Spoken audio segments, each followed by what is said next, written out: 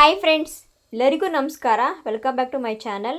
ನೀವು ಇನ್ನೂ ನನ್ನ ಚಾನಲ್ಗೆ ಸಬ್ಸ್ಕ್ರೈಬ್ ಆಗಿಲ್ಲ ಅಂದರೆ ಪ್ಲೀಸ್ ಸಬ್ಸ್ಕ್ರೈಬ್ ಆಗಿ. ಬನ್ನಿ ವಿಡಿಯೋ ಸ್ಟಾರ್ಟ್ ಮಾಡೋಣ.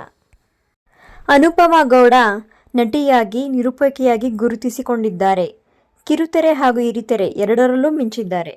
ಸದ್ಯ ಗಿಚ್ಚಿಗಿಲಿಗಿಲಿ 3ಯಲ್ಲಿ ಅನುಪಮಾ ಗೌಡ ನಿರೂಪಕಿಯಾಗಿದ್ದು, ಗಿಚ್ಚಿಗಿಲಿಗಿಲಿ ವೇದಿಕೆಯ ಮೇಲೆಯೇ ತಮ್ಮ ಪ್ರೀತಿಯ ಗೆಳೆಯನನ್ನು ಪರಿಚಯಿಸಿದ್ದಾರೆ.